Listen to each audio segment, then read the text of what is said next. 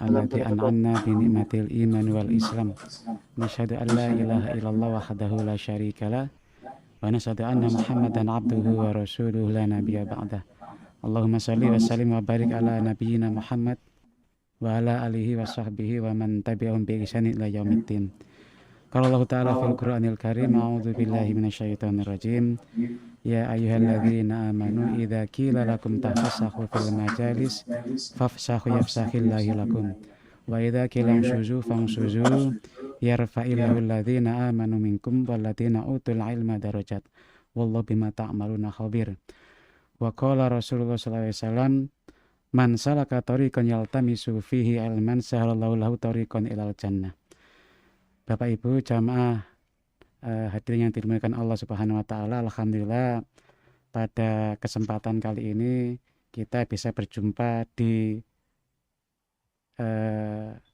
channel yang berbeda begitu ya, di metode yang berbeda yang biasanya kita gunakan metode tatap muka. Ustadz kita datangkan di aula PDM ini dengan menggunakan metode lain kali ini. Cuman mudah-mudahan ini tidak mengurangi substansi dari pengajian akad pagi.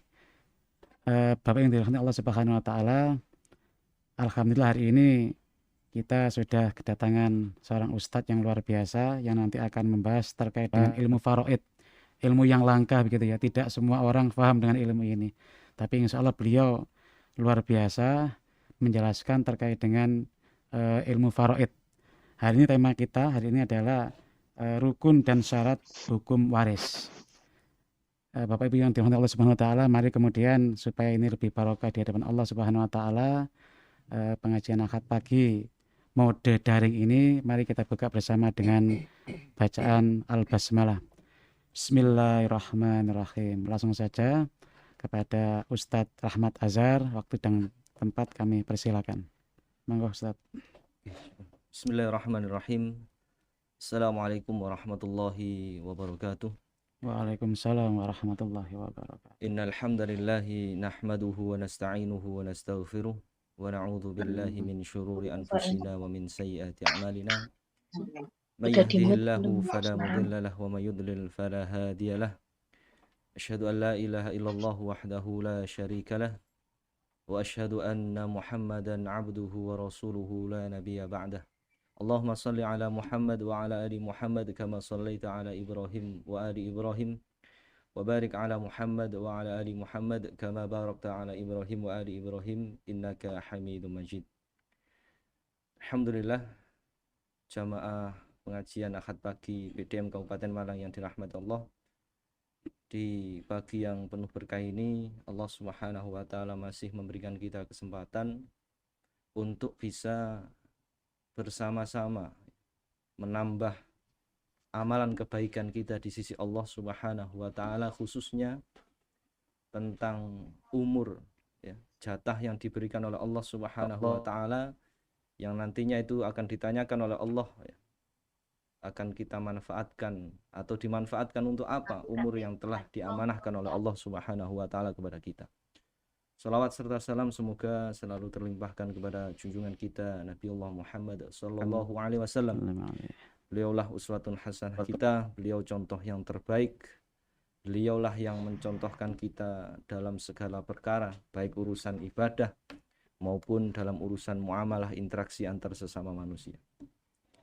Bapak Ibu jamaah yang saya banggakan dan saya hormati, alhamdulillah kita berada di pertemuan yang kelima kalau tidak salah, karena pertemuan yang sebelumnya kita telah bahas secara tatap muka kurang lebih 2 tahun ya. 2 tahun.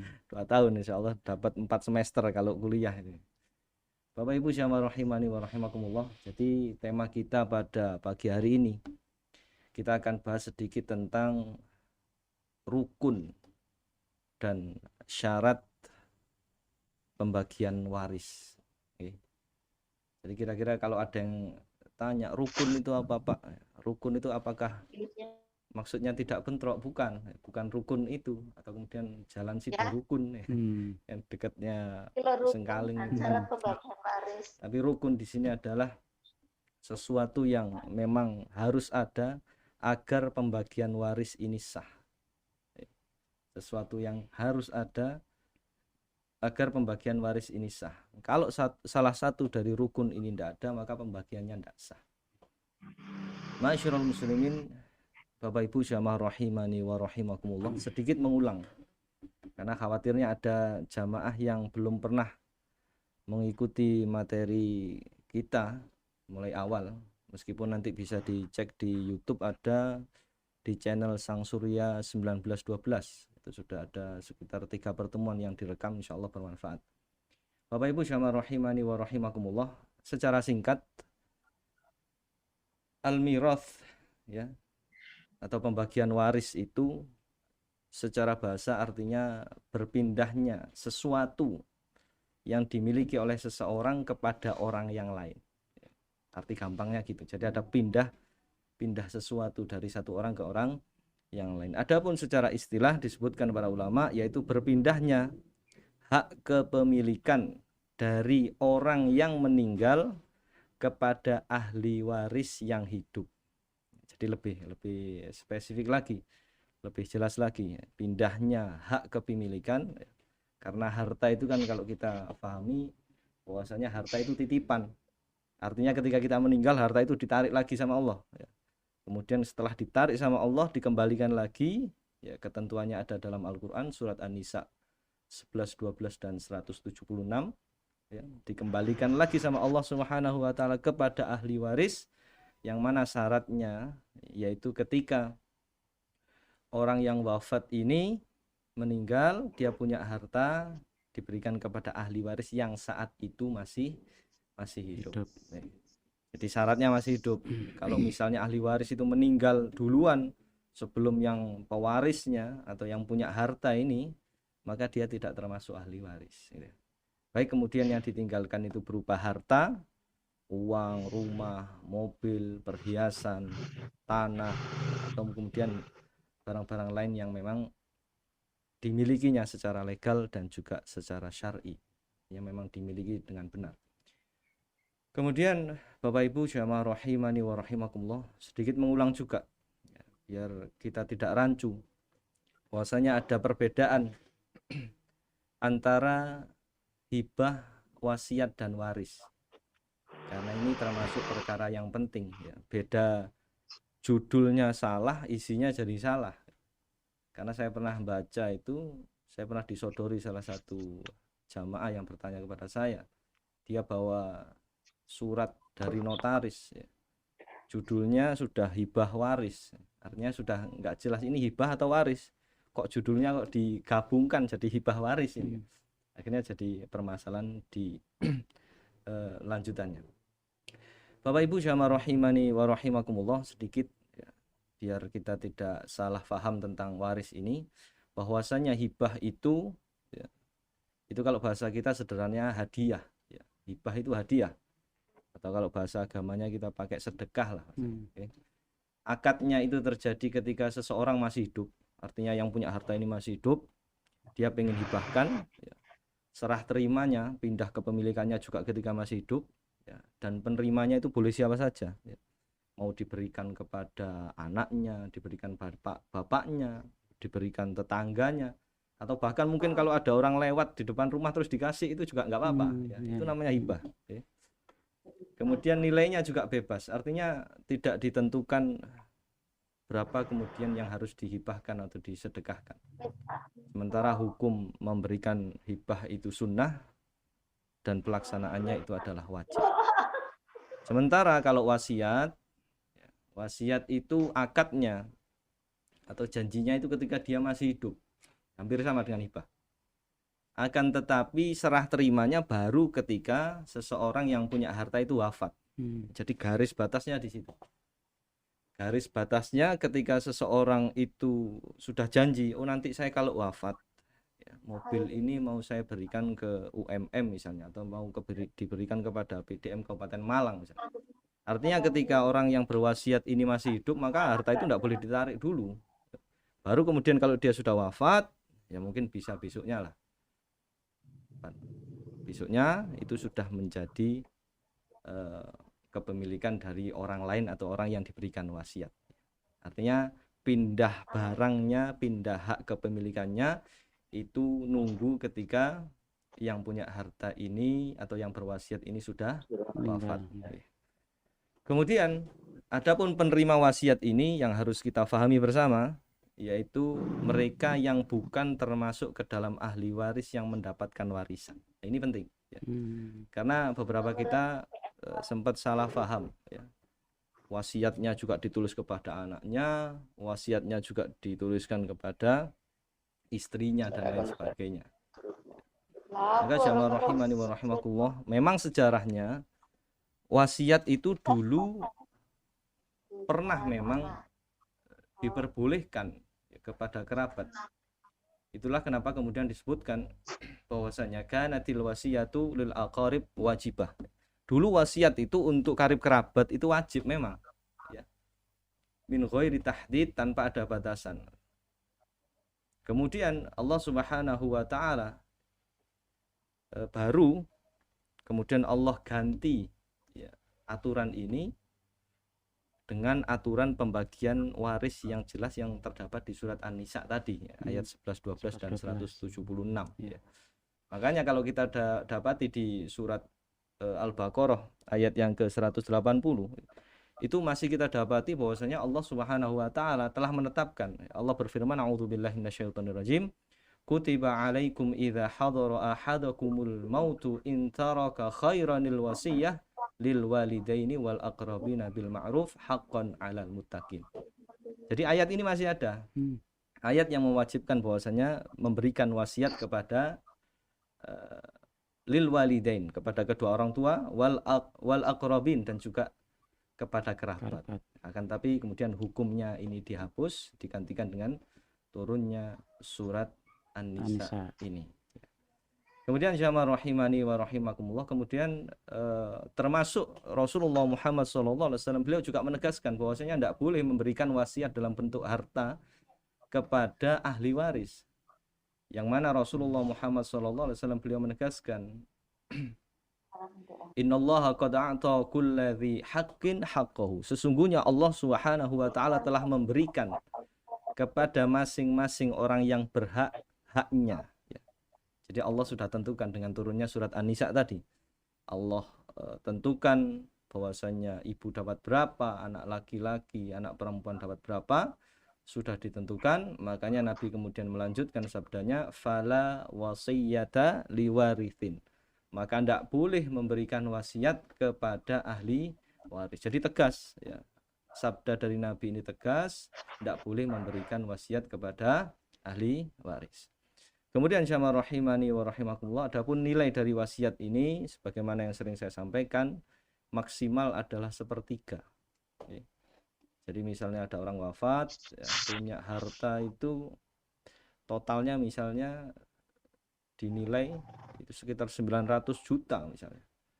Terus kemudian dia menuliskan wasiat diberikan kepada orang lain 600 juta. Artinya kalau dihitung itu lebih dari sepertiga. Maka yang boleh dilaksanakan hanya yang sepertiga saja.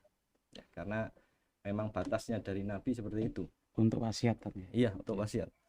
Makanya sahabat Sa'ad ibni Abi Waqqas, beliau menceritakan pada saat itu Nabi kita Muhammad SAW mengunjungi Sa'ad ibni Abi Waqqas. Ketika itu Sa'ad lagi sakit, dikunjungi Nabi, posisinya di Mekah. Maka Sa'ad bertanya kepada Rasulullah Muhammad SAW, li malun, saya punya harta, usi bimali kullihi. Saat bertanya kepada Rasulullah, wahai Rasulullah, apakah aku akan berwasiatkan semua hartaku? Ya. Maka Nabi mengatakan, la, jangan berikan semua, jangan diwasiatkan semua, maksudnya itu. Qultu fasyatr, bagaimana kalau setengah wahai Rasulullah, setengah dari hartanya? Ya. Nabi juga menjawab, la, jangan. Kemudian saat bertanya sama Nabi Muhammad SAW, fathuluth, bagaimana kalau misalnya sepertiga, ya, sepertiga dari total harta. Maka Nabi kita Muhammad SAW menegaskan ats-tsuluts, ya sudah sepertiga, wat-tsulutsu katsir. Kata Nabi itu sepertiga sudah banyak untuk wasiat ini, ya. Maka Nabi kemudian melanjutkan antada'a warithataka aghniya'a khairun min an tad'ahum 'alatan yatakaffafuna an-nasa fi aidihim. Nabi berpesan sama Sa'ad bahwasanya ketika kamu tinggalkan ahli warismu dalam keadaan kaya, itu lebih baik daripada kemudian kamu tinggalkan mereka mengemis meminta-minta kepada orang lain. Artinya agama kita ini juga mengatur bahwasanya kita harus memikirkan juga nasib dari ahli waris kita. Jangan sampai kemudian kita terlalu bersemangat sampai enggak usah saya berikan semuanya biar cari sendiri, ya jangan. Tapi dilihat kondisinya, kalau memang membutuhkan ya kita beri, ya. Kalau misalnya ya sekiranya sudah banyak ya kita manfaatkan untuk kita sendiri, seperti itu. Jadi itu pembahasan tentang wasiat, dan hukum memberikannya sunnah, adapun pelaksanaan wasiat ini wajib. Ya, selama tidak menyalahi syariat tadi. Kemudian pembahasan kita adalah tentang waris, yang mana akadnya ini dilakukan terjadinya ketika seseorang ini wafat. Jadi kalau bahasanya itu ketika ada orang wafat, secara otomatis ya, itu hartanya ibaratnya seakan-akan ditarik sama Allah semua. Ditarik sama Allah, langsung dibagi sama Allah, serah terimanya ya setelah wafat itu. Dan penerimanya untuk waris itu sudah pernah juga saya sampaikan, hanya ahli waris. Beda sama wasiat tadi. Jadi tidak boleh kemudian orang ngaku-ngaku sebagai ahli waris padahal dia bukan ahli waris, ikut rebutan warisan, itu kan tidak benar. Kemudian nilainya, nah ini kalau hibah tadi terserah nilainya berapa, wasiat maksimal sepertiga, kalau waris itu harus sesuai ketentuan dari Allah Subhanahu wa taala yang kemudian ada dalam ilmu faraid atau ilmu waris itu sendiri. Dan hukum memberikan bagian waris ini sesuai aturan Allah itu adalah wajib, dan kemudian pelaksanaannya juga tentu wajib. Jadi itu mukaddimah tentang perbedaan hibah, wasiat dan waris, biar kita tidak salah dalam memahami. Ma'asyiral muslimin jamaah rahimani wa rahimakumullah, ya. Sebagai gambaran yang agak besar, karena kita kalau belajar itu, kalau ibaratnya peta langsung kita kasih penjelasan tentang gang-gang kecilnya itu bingung, kita kasih peta besarnya dulu. Ya. Jadi dalam pembagian waris itu ada peta besarnya, ada prinsip dasar pembagian waris. Yang pertama kita harus tahu rukunnya, yang nanti akan kita bahas ini. Kemudian yang kedua, ternyata dalam pembagian waris itu juga ada syaratnya. Dan yang ketiga, dalam pembagian waris itu ternyata ada mawani. Mawani itu jamak dari mani, yaitu penghalang-penghalang. Yang seharusnya dia bisa mendapatkan warisan, ternyata gara-gara satu dan dua hal dia jadi terhapus. Nggak jadi dapat. Gitu kan? Jamaah rahimani wa rahimakumullah, yang akan kita bahas di sini adalah rukunnya. Jadi rukunnya secara mudah, rukun waris itu ada 3. Ya. Rukun waris ada 3. Jadi ketika ada pembagian waris itu dipastikan dulu rukunnya ini, ya dicek. Yang pertama, pewarisnya siapa, namanya siapa, laki-laki apa perempuan, ya kan? Kemudian dia sudah wafat atau belum, karena penting ini, ya. Kemudian yang kedua, termasuk dari rukun waris adalah adanya harta, karena kalau tidak ada hartanya yang mau dibagi apa, gitu kan? Jadi pertanyaan, gitu. Kemudian yang ketiga adalah ahli waris. Jadi 3 poin ini itu termasuk ke dalam rukun pembagian waris. Kalau misalnya salah satu tidak ada, misalnya pewarisnya ternyata tidak ada, ya, cuma ada harta sama ahli waris, gitu kan, jadi masalah. Ya. Atau kemudian hartanya tidak ada pewaris sama ahli waris saja, nggak ada harta yang dibagi, ya tidak usah bagi-bagi, tidak ada yang dibagi. Okay. Kemudian jamaah rahimani wa rahimakumullah, secara umum ya, ada syarat-syarat secara umum di sini adalah wafatnya pewaris, ya, tadi, kemudian hidupnya ahli waris. Nah, penting karena perkara tahun berapa wafat itu harus kita ketahui. Karena tidak jarang permasalahan itu baru diajukan ketika sudah generasi ketiga, generasi keempat gitu kan. Urusan warisan kakeknya belum selesai, ternyata cucunya yang menanyakan. Generasi yang atas sudah habis semua. Makanya harus diketahui ini wafatnya tahun berapa gitu kan. Harus jelas. Kemudian syarat yang umum yang ketiga adalah tidak adanya mawani atau penghalang ya. Secara garis besar mawani itu yang menyebabkan seseorang tidak bisa atau terhalang mendapatkan warisan ketika berbeda agama ya.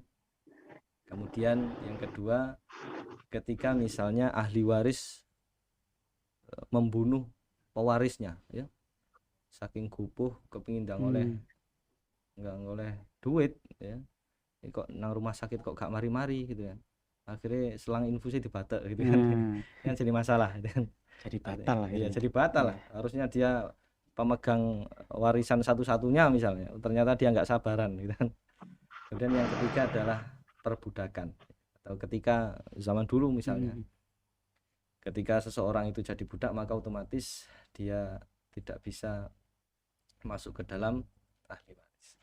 Masyarul muslimin jamaah rahimani wa rahimakumullah.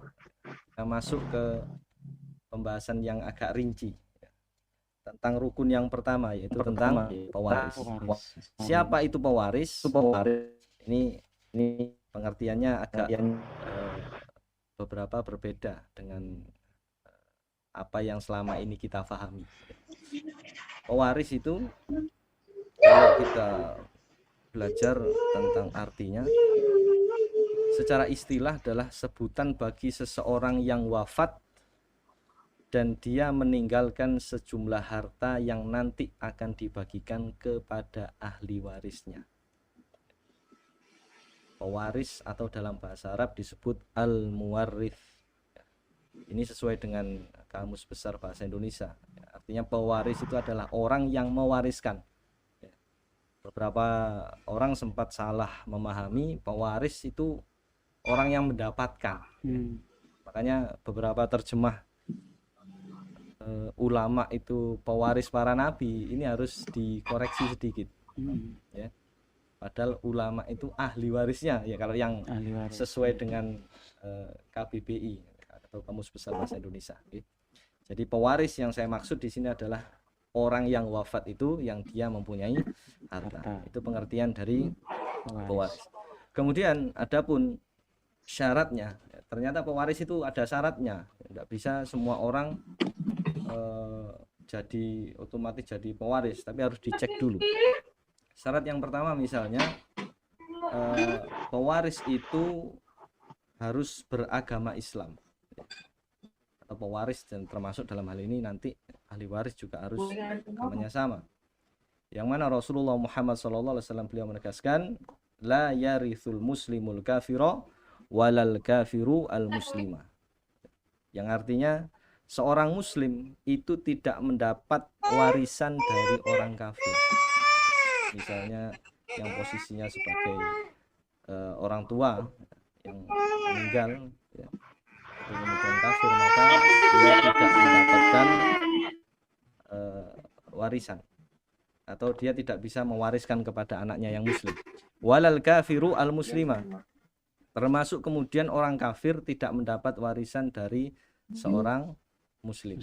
Artinya tidak bisa saling mewarisi ketika berbeda agama. Itulah kemudian kenapa Rasulullah Muhammad SAW beliau juga menegaskan dalam sabdanya yang lain, la yatawarathu ahlu millataini syatta, yang artinya dua orang yang berbeda agama mereka tidak saling mewarisi. Artinya perkara agama ini penting. Kalau agamanya sama-sama muslim, maka insya Allah bisa saling mewarisi. Akan tapi ketika berbeda, maka ini yang jadi masalah. Memang sebagian ulama ada yang mengatakan bahwasannya ketika posisinya si pewaris yang punya harta ini non muslim kemudian ahli warisnya ini muslim, itu boleh mendapatkan. Ya. Ada memang pendapat minoritas lah, pendapat kecil seperti itu. Akan tapi pendapat ini juga mengatakan bahwasanya kalau misalnya dalam hal ini orang tuanya yang muslim kemudian anaknya yang mohon maaf non muslim, maka dia tidak boleh memberikan sama sekali warisannya. Akan tapi namanya orang tua kan masih apa, Rasa nggak tega nggak tadi. tega Iya. itu kan, masih nggak tega, mosok anak dia gak dikei gitu kan. Makanya ada cara lain yang bisa diberikan orang tua kepada anaknya, misalnya kondisi seperti itu, yaitu lewat jalur wasiat ya, atau hibah Hibah, misalnya. Oke. Tapi kalau warisan jelas itu tidak diperbolehkan dalam agama kita. Itu yang pertama. Kemudian syarat yang kedua bagi seorang pewaris adalah tentu pewaris itu harus sudah meninggal. Ya, ini penting. Jadi kalau pewaris atau orang yang punya harta itu belum meninggal, tidak boleh kemudian apa bahasa kita ini dioyak-oyak, Utek-utek, diutek-utek, diutek-utek, dipaksa orang ya tuanya. dipaksa orang tuanya, Pak ayo sedang dibagi warisan. Ya. Itu tidak boleh, dari segi judul sudah salah. Tapi kalau atas inisiatif pewarisnya tak bagi sebelum aku mati itu nggak bisa ya. Kalau membagikannya ketika hidup, yang penting judulnya jangan dikasih judul waris. Karena waris ini tadi ketentuannya sudah jelas. Akadnya itu setelah meninggal pewarisnya ya. Artinya kalau orang tua misalnya orang tua tidak pengen ngurusi harta yang sudah banyak gitu misalnya, ya sudah dia bagikan saja ketika masih hidup dengan judul hibah. Judul hibah artinya kepemilikan itu berganti ketika si pewaris ini masih hidup. Tapi tidak boleh kemudian ini tak berikan ke anak saya yang pertama, tapi nanti nunggu saya meninggal. Nanti jatuhnya jadi beda lagi. Jatuhnya jadi wasiat. Wasiat. Tapi wasiat itu pun tidak boleh kepada ahli waris. Iya. Makanya penting bagi kita selaku orang tua, ya, bukan hanya di sini kita belajar ilmu waris ini bukan hanya sebagai ahli waris saja, ya, tapi juga sebagai pewaris. Penting bagi kita untuk memahami agar kita tidak salah untuk memberikan pemahaman kepada anak-anak. Jangan sampai kemudian kita semacam memberikan bom waktu kepada anak kita. Kita salah menentukan di awal, gitu kan? Kita berikan wasiat masing-masing berapa, ternyata secara agama tidak boleh, gitu kan? Ini jadi masalah. Masyarul muslimin jamaah rahimani wa rahimakumullah. Kembali ke pembahasan kita ya, tentang syarat dari pewaris itu, yaitu sudah meninggal. Di sini dijelaskan bahwasanya maksudnya sudah meninggal, yang pertama adalah meninggal secara hakiki. Apa maksudnya meninggal secara hakiki? Maksudnya adalah diketahui wafatnya kapan, ya, diketahui kemudian jenazahnya ya ada kelihatan gitu. Dia tahu ada jenazahnya ini, ada yang meninggal. Siapa yang meninggal? Bapak ini, ya. Jenazahnya di sini ada, wafatnya tanggal ini jelas. Ya. Kemudian yang kedua adalah meninggal secara hukmi atau secara hukum. Karena misalnya mohon maaf kalau di beberapa permasalahan ada yang kejadian bencana alam misalnya, itu kan nggak diketahui. Ada yang kemudian bisa dievakuasi, ada yang enggak. Ada kemudian yang misalnya kecelakaan pesawat terbang, itu kan juga kita mau bilang ini orang sudah wafat, tapi jasadnya juga kita nggak tahu, gitu kan. Jatuhnya terus gimana itu? Jatuhnya hukumnya gimana nanti itu? Ya itu, kalau misalnya dianggap dia sudah meninggal, maka dia meninggal secara hukum. Artinya kita tidak tahu jasadnya di mana, kapan wafatnya, atau bisa jadi beberapa ulama ada yang mengatakan bahwasanya meninggal secara hukum ini termasuk kepada mereka yang lama tidak diketahui kabarnya. Ya, misalnya udah 5-10 tahun nggak ada kabar, ninggalkan keluarganya, ya. Tapi juga dilihat umurnya misalnya. Kalau meninggalkan keluarga masih umur 20 ya, masih misalnya 10 atau 15 tahun juga sepertinya kalau dikira-kira masih hidup gitu kan. Tapi kalau yang sudah mohon maaf mungkin yang sudah lama ya, sudah umurnya sudah 50 60 tahun kemudian sudah hilang 20 atau 30 tahun, maka itu bisa dia dihukumi sebagai orang yang meninggal. Jadi itu ya. Syarat yang kedua bagi pewaris, dia harus sudah meninggal dunia. Tidak boleh kemudian ketika masih hidup sudah dikoyak-koyak ya, udah dioyak-oyak biar membagikan warisnya. Kemudian yang ketiga, syaratnya tentu saja bagi pewaris dia harus punya harta. Dan ini poin pentingnya. Poin yang dikejar-kejar ini kan ketika ada hartanya. Kalau orang tua atau misalnya pewaris ini tidak punya harta, ya, maka tidak mungkin ada yang berebut, ya. Karena yang direbut kan biasanya harta. Ini. Ya. Harta waris atau al-mauruth dalam bahasa Arab itu maksudnya adalah benda atau hak kepemilikan yang ditinggalkan oleh pewaris. Ya. Baik harta itu berupa uang, tanah, dan lain sebagainya. Jadi harta warisan itu bukan hanya uang. Misalnya rumah ada, ya. Atau misalnya punya tanah, tuan tanah, gitu kan. Tanah juga bisa jadi warisan. Harta waris. Atau misalnya ternyata kalau sekarang tas mungkin, ibu-ibu mungkin yang tasnya mahal-mahal, itu bisa juga jadi barang warisan. Termasuk deposito juga bisa tadi ya? Oh bisa. Bisa. Ya, jadi semua yang punya nilai harga itu dia masuk ke dalam harta waris. Mungkin kalau ada sandal jepit yang harganya 50 juta itu mungkin juga bisa, kan? Tergantung kalau dia memang punya harga, ya, punya nilai yang bisa diwariskan. Termasuk kemudian masalah saham ini, ya. Saham di perusahaan itu juga termasuk sebagai termasuk harta warisan. Dan ini nanti akan kita bahas di pembahasan tentang rukun yang kedua, yaitu harta waris. Mungkin karena waktunya juga tidak begitu panjang di pertemuan yang selanjutnya, gitu kan. Bapak Ibu jamaah rahimani wa rahimakumullah, itu kemudian tiga syarat dari pewaris. Dan ternyata ya, pewaris itu tidak hanya punya syarat-syarat tertentu. Kalau masuk kampus biasanya ada syaratnya, umur berapa boleh masuk, ijazah minimal apa, gitu kan. Ternyata pewaris itu mereka juga punya kewajiban. Pertanyaannya, Pak, masa orang yang sudah wafat masih punya kewajiban? Tentunya tidak seperti itu. Artinya pewaris dalam hal ini dia punya kewajiban sebelum dia wafat. Dia punya kewajiban sebelum wafat. Apa saja kewajibannya? Tentu sebagaimana yang kita pelajari bahwasanya Rasulullah Muhammad SAW beliau memerintahkan kepada kita untuk belajar tentang ilmu ini. Jadi pertama kewajiban bagi pewaris, kita sebagai orang tua yang nantinya akan mewariskan harta, mudah-mudahan ada yang diwariskan, gitu. Rasulullah Muhammad SAW beliau menegaskan, ta'allamul fara'idha wa 'allimuha fa innahu nisful ilmi wa innahu yunsa. Ini sabda yang sering disampaikan ketika pembahasan waris. Jadi ada perintah langsung dari Rasulullah Muhammad SAW kepada kita untuk belajar. Ya. Duit nggak punya harta harus belajar. Siapa tahu ketika di akhir hayat kita ternyata kita punya harta banyak, itu kan nggak ada yang tahu, kan. Kata Rasulullah Muhammad SAW ada perintah, ta'allamul faraid, pelajari ilmu faraid, ya. Kalau sholat kira-kira ada nggak perintah seperti itu? Nggak ada ya. Nggak ada. Nggak ada. Pelajarilah ilmu sholat, nggak ada. Nggak ada. Yang ada ya shollu kama ra'aitumuni, sholatlah kalian sebagaimana aku sholat. Wis, lihat saya sholat, udah kamu contoh saja.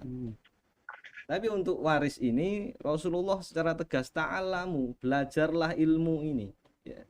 Wa 'allimuha, kalau sudah belajar maka ajarkan, ya, termasuk minimal ya kalau tidak bisa ngajar di tempat umum misalnya, di pengajian khusus misalnya, minimal ngajarkan kepada sanak saudara, kepada anak, kepada orang tua. Oh, saya punya ilmu, mumpung orang tua masih hidup misalnya, saya ajari sedikit lah yang memang diketahui. Fa innahu nisful ilmi, karena kata Rasulullah dia adalah setengah dari ilmu, ya. Beberapa ulama ada yang mengatakan kenapa kemudian disebut setengah, ya. Karena saking pentingnya sampai dianggap setengah porsi dari semua ilmu. Atau kemudian sebagian ulama mengatakan bahwasanya nisful ilmi maksudnya karena hampir semua orang nanti akan berhadapan dengan ilmu ini. Nggak tahu kemudian hartanya sedikit, ya nanti dibagi. Hartanya banyak, apalagi ya. Jadi hampir semua orang nanti menemukan permasalahan ini. Wa innahu yunsa, dan ini yang perlu digarisbawahi, dan ilmu ini dilupakan oleh orang. Ya, ini penting. Jadi memang kalau kita cari pengajian yang bahas ilmu waris, itu juga jarang. Jarang, bukan kemudian banyak ustadz yang tidak paham, enggak. Kalau saya mikirnya tidak seperti itu. Tapi saya banyak mikirnya karena mungkin jamaah lihat waris itu seperti matematika kalau zaman sekolah itu. Lihat rumit waris, gitu ya. Angele wis didhisikno 1/8, 1/4 sebagainya. Delok angka kayak wis sudah susah lah. Padahal kalau ngitung uang itu paling gampang gitu kan. Masyaallah muslimin jamaah rahimani wa rahimakumullah. Kemudian kewajiban yang kedua bagi pewaris adalah dia harus mengajari ahli warisnya. Ya. Hampir sama seperti sabda Nabi kita tadi, pelajari ilmu faraid wa 'allimuhan nas. Ajarkan kepada manusia atau ajarkan kepada orang-orang lain, fa innimru'un maqbudun. Dengan redaksi belakang yang hampir berbeda, Rasulullah menegaskan, karena sesungguhnya aku hanya manusia yang akan meninggal. Jadi Nabi kita Muhammad SAW itu kalau bahasa halangannya kita ini, sinau aku maring ini, aku ki yo menungso sing maring ini mati. Bahasanya seperti itu. Jadi pelajari masing-masing orang, jangan ngandalkan orang lain, bahasanya seperti itu. Fa innimru'un maqbudun. Karena aku, kata Rasulullah, hanya manusia yang akan meninggal. Wa innal ilma sayubbat, karena ilmu ini akan dicabut. Jadi sudah ada keterangan resmi, berita dari Rasulullah Muhammad SAW tentang perkara ini. Kemudian termasuk kewajiban bagi pewaris yang ketiga adalah menjelaskan hartanya kepada ahli waris. Nah, ini poin yang sering terlupakan ya. Kenapa kemudian menjelaskan harta kita kepada ahli waris ini penting? Agar jangan sampai kemudian ahli waris berpikiran yang salah tentang harta yang sekarang kita miliki. Karena mungkin ada, misalnya kita punya perusahaan gitu kan, anak kita taunya kita ini yang jadi pemilik 100%. Ternyata pada kenyataannya si orang tua ini hanya memiliki saham 20%. Tapi anaknya taunya, oh bapak saya jadi direktur, berarti itu milik bapak saya semua. Dan anak tidak diberitahu oleh orang tuanya bahwasanya orang tua ini hanya punya saham 20% misalnya di perusahaan itu. Ini harus dijelaskan. Termasuk kenapa kita harus menjelaskan tentang perkara harta ini, karena Allah Subhanahu wa taala juga menegaskan dalam surat At-Tahrim ayat yang ke-6. Ayat yang sering kita hafal, Allah Subhanahu wa taala berfirman, ya ayyuhalladzina amanu qu anfusakum wa ahlikum. Ya. Wahai orang-orang yang beriman, peliharalah dirimu dan keluargamu dari api neraka. Jadi salah satu menjaga keluarga kita dari api neraka adalah bagaimana kita mengajarkan mereka tentang ilmu ini, memberitahu, kemudian juga menjelaskan tentang harta kita. Nah, ini mobil bukan punya bapak ya. Mobil ini ternyata punya PDM gitu kan, nggak tahu gitu ya. Bahaya nanti ya. Kok setiap hari dipakai bapak, ini apa punya bapak? Oh ternyata anaknya nggak tahu, ternyata punya PDM gitu. Ketika ganti pengurus, mobilnya sudah, loh kok nggak ada di rumah lagi, ternyata bukan punya bapaknya. Jadi harus dijelaskan. Memang ada kasus gini, Tat. Jadi pewaris punya harta yang banyak tapi belum sempat cerita, tiba-tiba meninggal, Tat. Kemudian 5 tahun berikutnya baru ketahuan. Jadi ahli warisnya, loh ternyata bapak punya harta seperti ini banyak, terus gimana itu hukumnya, Tat? Ya itu tadi. Tetap berlaku ini ya. Jadi ketika seseorang wafat, yang harus kita cermati bersama itu, kita cek dulu semuanya. Apakah ini benar hartanya orang tua kita, atau kemudian ternyata hartanya orang lain, atau kemudian setengah-setengah hasil kerjasama, itu harus kita cari dulu informasinya, termasuk kemudian masalah hutang. Ini yang sering lupa. Nah, Ya. nah, Kebiasaan kita ini ketika mohon maaf mengantarkan jenazah itu hanya sebagai formalitas saja. Nanti kalau ada apa biasanya terkait utang piutang. utang piutang silakan menghubungi keluarga, gitu kan. Ternyata yang datang banyak, ya. Ahli warisnya kabur kabeh, gitu kan. Jadi masalah. Ya. Artinya apa? Ketika seseorang itu wafat, maka kalau misalnya orang tua itu tidak pernah jelaskan hartanya mana saja, maka kita yang inisiatif. Oh, bapak ini sering ke sana, misalnya ke saudara ini atau ke temannya yang ini. Saya tanya, ya. Termasuk ketika almarhum bapak saya tidak ada, itu saya tanya.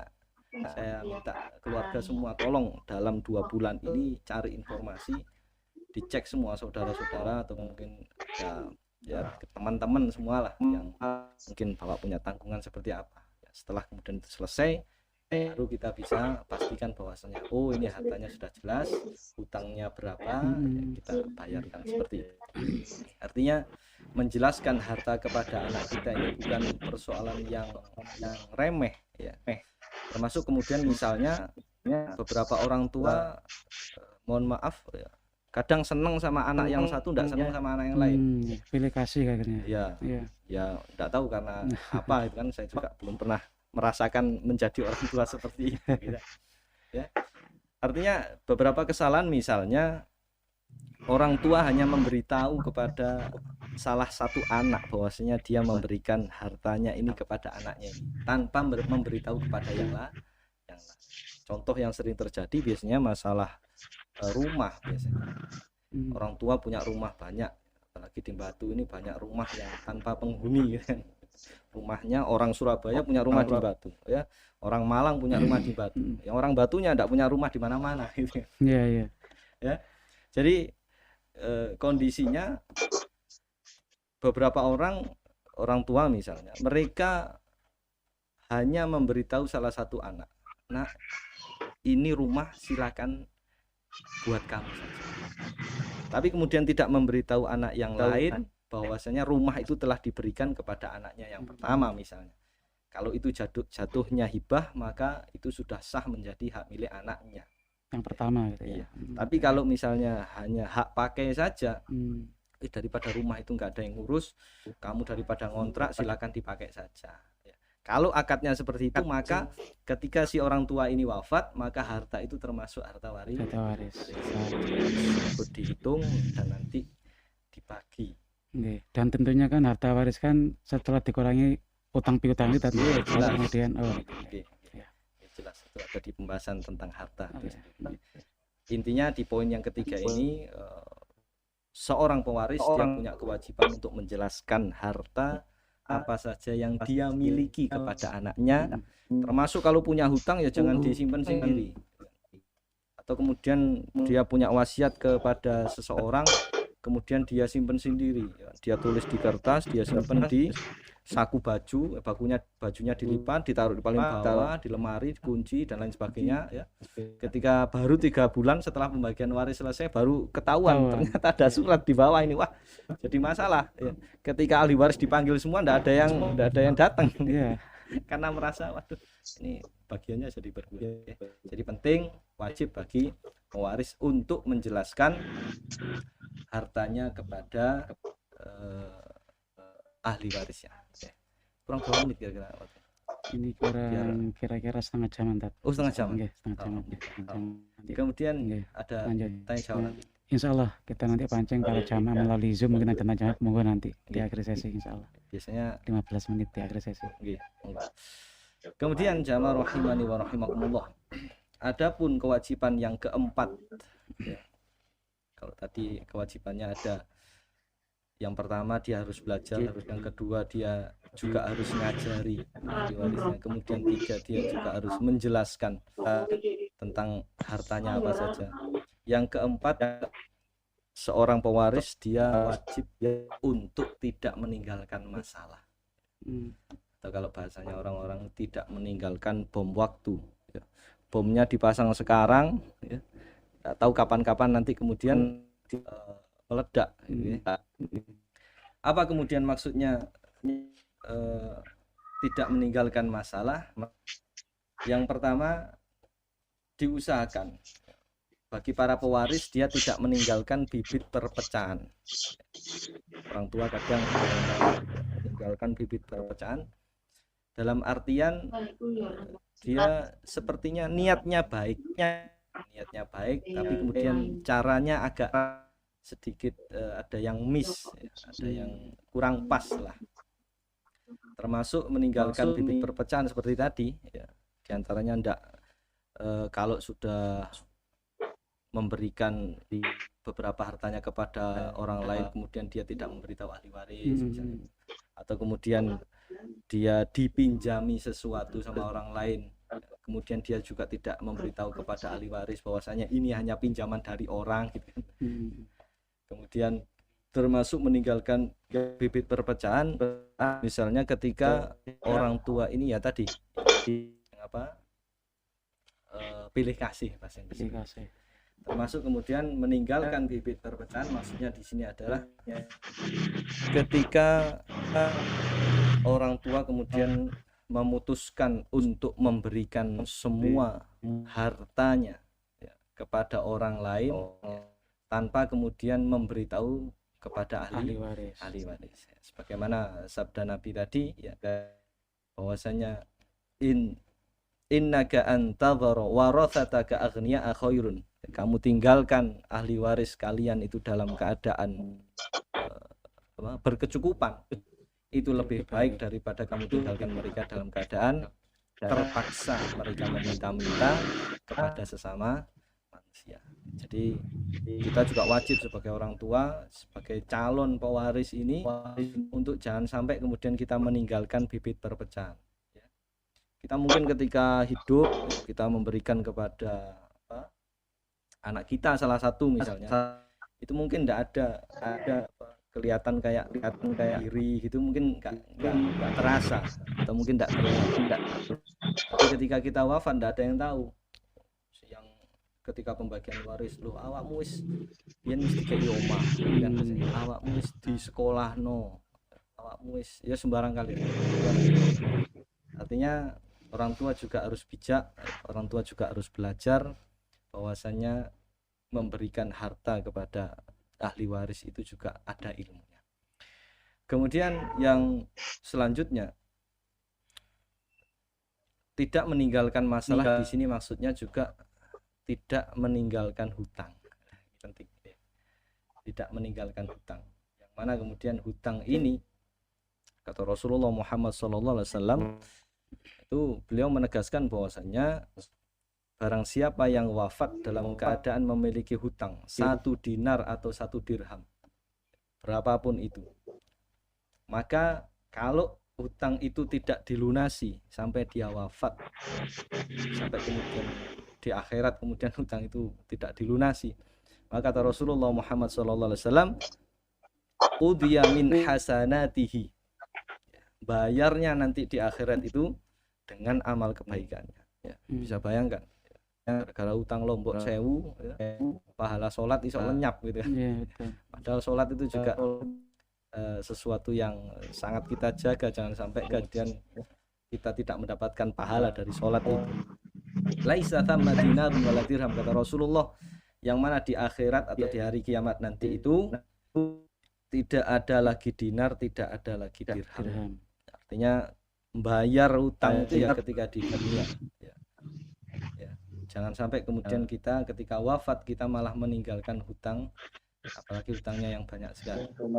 Termasuk kemudian Rasulullah Muhammad SAW beliau mewanti-wanti kita tentang perkara hutang ini sampai kemudian Rasulullah Muhammad SAW beliau sering berdoa kepada Allah Subhanahu wa taala Allahumma inni a'udzubika minal ma'thami wal maghram. Kata Rasulullah Muhammad SAW, ya Allah, inni a'udzubika, aku berlindung kepadamu minal ma'tham, dari berbuat dosa wal maghram, dan dari banyak hutang. Jadi urusan hutang ini Rasulullah sampai ada doa khusus ya. Ada doa khusus agar kemudian Allah Subhanahu wa taala menjauhkan kita dari perkara hutang ini. Maka kemudian jamaah rahimani wa rahimakumullah, ada yang tanya sama Nabi, wahai Nabi, kenapa kok engkau sangat sering sekali berdoa dengan doa seperti ini? Artinya doa memohon perlindungan agar tidak banyak hutang, agar tidak banyak hutang. Maka Rasulullah Muhammad sallallahu alaihi wasallam beliau menegaskan, innar rajula idza gharima, sesungguhnya seseorang itu ketika dia berhutang, haddatsa fakadzaba, ketika ngomong itu kadang berdusta. Kapan bayar? Meneh gitu. Meneh ditanya, kapan bayar? Kan aku ngomong meneh. Meneh ini meneh gitu kan, gak ono mari-mari ini. Kapan bayar? Bulan depan. Pas bulan depan ditanya kapan, kan saya bilang bulan depan gitu. Gak jelas ya. Artinya banyak kemudian dia berbohong. Wa wa'ada fa akhlafa. Dan jika dia berjanji maka dia mengingkari. Jadi dua alasan utama inilah kemudian yang diwanti-wanti oleh Rasulullah Muhammad SAW kepada kita. Kenapa kemudian kok kita harus banyak-banyak berdoa, termasuk berusaha untuk menjauhi dengan karena ketika ngomong itu kita juga iwuh ya, bahkan bisa jatuh dusta, atau kemudian ketika janji itu banyak melesetnya seperti itu. Bapak Ibu jamaah rahimani wa rahimakumullah, itulah kemudian pembahasan kita memang masih masuk di rukun yang pertama, yaitu pewaris, yang mudah-mudahan di pertemuan selanjutnya bisa kita sambung dengan rukun yang kedua, yaitu harta, atau rukun yang ketiga dengan ahli waris. Jadi ini mungkin sebagai pembuka, mungkin ada pertanyaan yang masuk. Oke, terima kasih Ustadz Azhar. Alhamdulillah Bapak Ibu jamaah yang dirahmati Allah Subhanahu wa taala. Tadi kita sudah gamblang ya, sudah secara jelas bisa membedakan gitu ya. Ternyata agama kita ini luar biasa mengatur ilmu faraid, hukum faraid sampai dengan rigid sekali gitu ya. Yang kedua, kita tadi juga bisa membedakan antara hibah gitu ya, hadiah, kemudian waris, dan dengan wasiat. Itu ternyata beda sekali. Dan kita harus paham, dan orang tua harus belajar dan harus mengajarkannya. Oke, mungkin itu yang bisa kita dapatkan. Mungkin selanjutnya monggo ini kita bisa interaktif dengan Ustadz Azhar. Barangkali ada pertanyaan dari para jamaah, dipersilakan.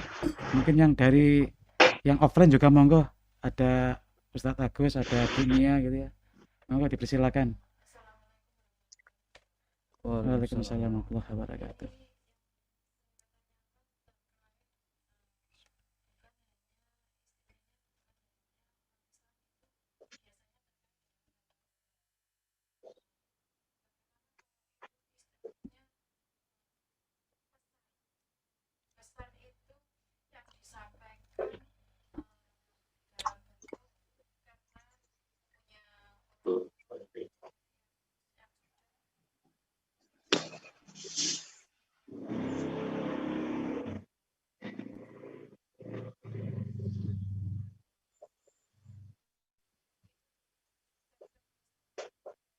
Tarmiyatun hatinya. Tarmiyah. Ya. Si anak ini kan memungkinkan dia itu kayak pasrah. Jadi ini aku sudah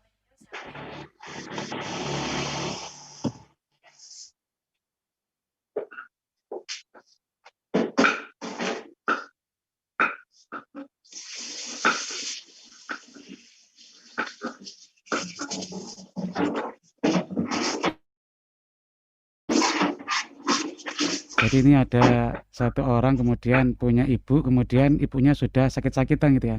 Kemudian orang tersebut berpesan, "Nek kok aku meninggal dunia, kok tolong rawatan nenekmu ya." Ini seperti apa ya? Ini kira-kira jatuhnya ini wasiat atau seperti apa kira-kira?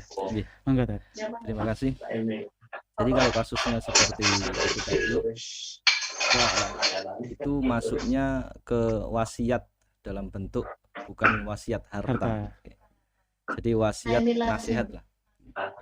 Jadi wasiat nasihat itu misalnya, nah kalau bapak udah nggak ada ya tetap masjid ini dijaga, sholat jamaah dijaga, termasuk kemudian ada saudara, kalau ada yang butuh tolong saudara yang lain juga membantu. Dan ini juga pernah disampaikan oleh abah saya. Dulu ketika beliau sebelum wafat itu semua anaknya dikumpulkan di masjid. Beliau pesen nasihat. Kalau pesen hartanya enggak ada ya. Jadi pesen nasihat saja, kalau ada saudara yang butuh tolong dibantu dan sebagainya. Dan beliau juga ngajarkan kepada kami tentang nanti kalau pengurusan jenazah seperti apa. Jadi sampai seperti itu. Jadi penting bagi kita sebagai orang tua, meskipun misalnya anak kita itu sudah punya anak juga sudah besar-besar, tetap kumpulnya jangan hanya makan-makan saja, tapi kumpul dinasihati. Kadang nasihat orang tua itu juga lebih mudah masuk kepada kita daripada misalnya kita dengar khutbah Jumat apalagi sambil tidur gitu kan. Kadang nasihat orang tua itu singkat, kadang enggak pakai nas Quran, kadang karena itu datangnya dari hati jadinya kita jadi tersentuh seperti itu, dan itu menjadi pegangan kita dalam hidup. Artinya ketika kita diberikan wasiat untuk misalnya mengurus nenek kita, kakek kita, atau kemudian membantu saudara kita, maka itu menjadi kewajiban bagi kita untuk melanjutkannya. Karena wasiat dalam bentuk ini memang bukan wasiat dalam bentuk harta, tapi itu termasuk amanah yang dititipkan kepada kita. Termasuk saya kemarin lihat, baru cek itu di Jepang itu ternyata mohon maaf kalau kita sering memandangnya sebagai negara yang maju ya, ternyata mereka punya permasalahan dalam hal keluarga. Jadi ada itu salah satu video orang dari Mesir melakukan perjalanan ke Jepang, memang ingin ngecek gitu bahasanya, ingin jalan-jalan, itu ternyata ada sekumpulan orang-orang tua yang mereka tidak terurus. Ya. Ketika kemudian mereka ditanya punya keluarga, punya anak, punya saudara, punya. Terus kemudian orang Jepang ini tanya kepada orang Mesir ini, orang Islam, tanya agamanya apa? Agamanya Islam. Dia langsung memeluk si orang Mesir ini, Masya Allah. Ya bahasanya kalau kita Masya Allah. Artinya dia takjub dengan Islam. Islam agama bagus karena Islam ini mengajarkan untuk bahasanya mengurus keluarga, ya, perhatian sama keluarga, apalagi kepada orang-orang yang sudah tua. Artinya ketika ada wasiat untuk mengurus saudara misalnya, atau kemudian nenek kita, kakek kita, maka itu ya diusahakan itu kita tunaikan karena itu termasuk wasiat yang baik yang diberikan oleh orang tua kita. Wallahu a'lam. Termasuk juga nasihatnya Nabi Yakub pada putra-putranya nggih. Ma ta'buduna min ba'di. Apa nasihat sumpah? Nasihat utama. Nasihat utama, betul. Nggih. Itu tadi Bu Mia nggih. Monggo yang lain mungkin. Nggih. Cuma tak tambahin. Tak tambahin daging. Kemana?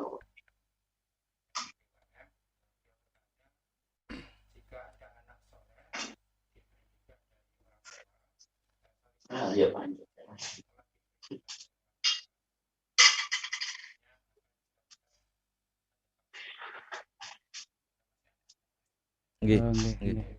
Terima kasih. Jadi posisinya ada pertanyaan, kalau misalnya salah satu anaknya misalnya dia diberikan hibah ketika masih hidup, ya, apakah dia nanti masih memperoleh warisan? Jawabannya iya.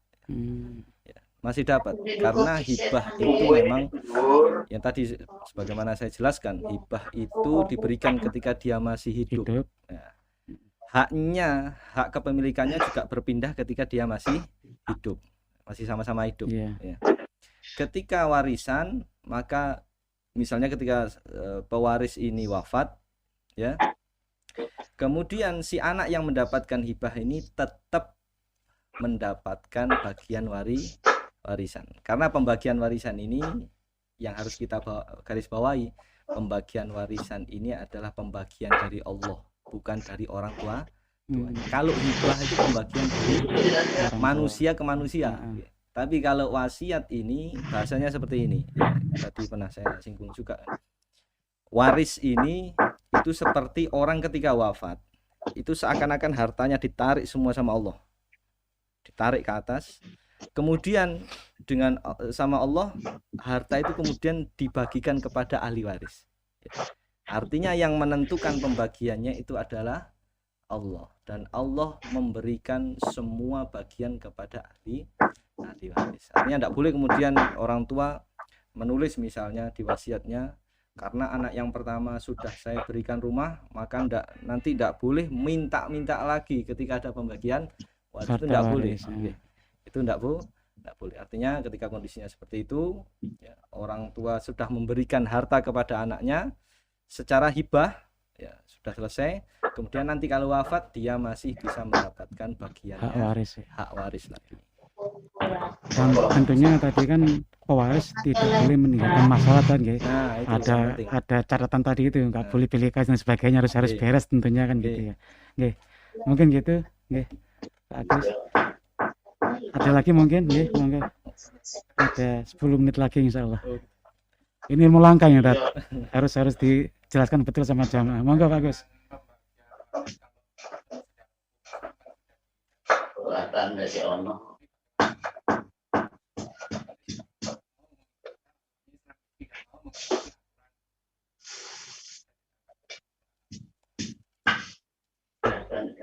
Oh, semua. Misalnya yang pria itu mestinya bagiannya 2 kali lipatnya. Tidak mau. Oke. Sawah di ono. Oke, langsung monggo, Tat. Jadi terima kasih kepada penanya. Bagaimana kemudian kalau orang yang tidak mau ikut pembagian waris sesuai aturan Dari Allah. Okay. Itu sudah Allah sendiri yang memberikan jawaban di surat An-Nisa ayat yang ke-14 kalau tidak salah.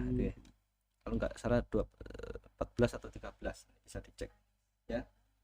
Di An-Nisa ayat ke-13 kalau nggak 14 itu. Allah Subhanahu wa taala menegaskan bahwasanya ketika di ayat yang 11 dan 12 itu Allah Subhanahu wa taala menjelaskan tentang pembagian waris berapa. Siapa saja berapa gitu ya. Maka kemudian Allah Subhanahu wa taala di penutup ayatnya di surat An-Nisa ayat 14 itu memberikan, kalau bahasa saya bukan teguran tapi ancaman. Jadi Allah yang ngancam, bukan saya. Allah mengancam, a'udzubillahi minasyaitonirrajim, wa may ya'sillaha wa rasulahu wa yata'adda hududahu. Nah, ini kita potong setengah dulu, nanti lanjutannya. Dan barang siapa yang bermaksiat kepada Allah dan Rasulnya, wa yata'adda hududahu, kemudian dia bahasanya mengingkari gitu ya. Wa yata'adda hududahu, melampaui garis yang telah ditentukan Allah, melanggar ketentuan Allah, yang mana para ulama tafsir mengatakan hudud atau garis ini maksudnya adalah tentang perkara pembagian waris, karena di ayat 11 dan 12 itu menjelaskan tentang pembagian waris. Ya. Setelah itu ditutup sama Allah dengan ancaman ini, ya.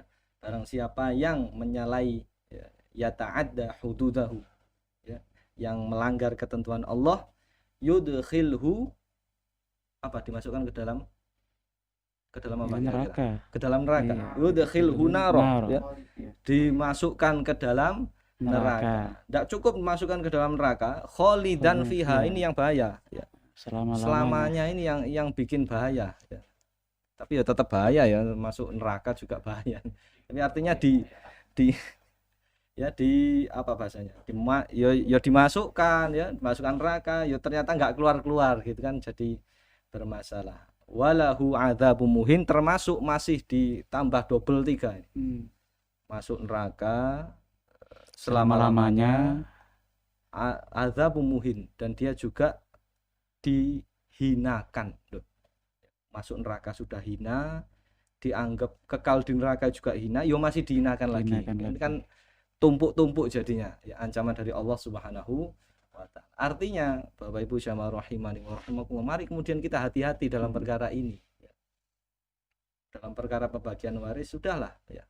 Apa kemudian yang kita cari di dunia ini hanya berapa tahun? Ya maksimal kan 63 tahun. 63 tahun ya. Ya, mau dicari apa gitu kan, kalau kemudian ternyata kita nanti ini kekalnya nanti di akhirat gitu. Secara logika kan mikirnya ya sudah, ya, kita fokus yang di akhirat saja. Ya. Ngapain kita senang-senang, misalnya harta itu mungkin bisa habis ya berapa, setahun lah misalnya. Harta habis setahun, ternyata kita diadab Selama-lamanya. selamanya, itu kan ya orang yang dapat keuntungan sedikit tapi dapat banyak kerugian gitu kan. Artinya seperti itu. Jadi ancamannya langsung dari Allah Subhanahu wa taala, bukan dari Rasulullah. Jadi Allah sendiri yang menentukan hukumannya. Jadi itu bagi orang yang tidak mau membagi warisan sesuai ketentuan Allah, Allah sendiri yang telah berbicara di surat An-Nisa ayat yang ke-14 insyaallah. Wallahu a'lam bishawab. Terima kasih Ustadz Azhar atas pencerahannya. Saya kira kita cukupkan Bapak Ibu nggih, jamaah nggih. Ini sudah jam setengah 8 kurang 5 menit. Saya kira tadi sudah ada interaksi yang luar biasa. Insya Allah nanti ini belum tuntas kayaknya ini. Ini nanti ada sesi-sesi berikutnya nanti dengan Ustadz Azhar nanti insya Allah. Karena memang tadi saya bilang ini ilmu langka gitu ya. Mungkin semua Ustadz paham tapi belum pernah kemudian menjelaskan secara detail gitu ya. Kan harus ada forum-forum khusus kayaknya. Sehingga kita sebagai seorang muslim dan sebagai seorang tua ini harus paham betul terkait dengan hukum waris gitu ya. Saya kira itu jamaah yang dirahmati Allah Subhanahu wa taala. Terima kasih atas partisipasinya. Mudah-mudahan kehadiran kita di forum Zoom meeting ini yang berbatas online ini menjadikan satu keberkahan buat kita semua insyaallah. Amin Allahumma amin. Dan pada akhirnya mari pengajian Ahad pagi via online, via daring ini supaya barokah di hadapan Allah Subhanahu wa taala. Kita tutup bersama dengan bacaan hamdalah dan doa kifaratul majelis. Alhamdulillahirabbil alamin. Alhamdulillahirabbil Subhanallah. Dari kami mohon maaf mungkin ada salah kata, kekhilafan yang tidak saya sengaja. Saya akhiri. Wassalamualaikum warahmatullahi wabarakatuh. Waalaikumsalam.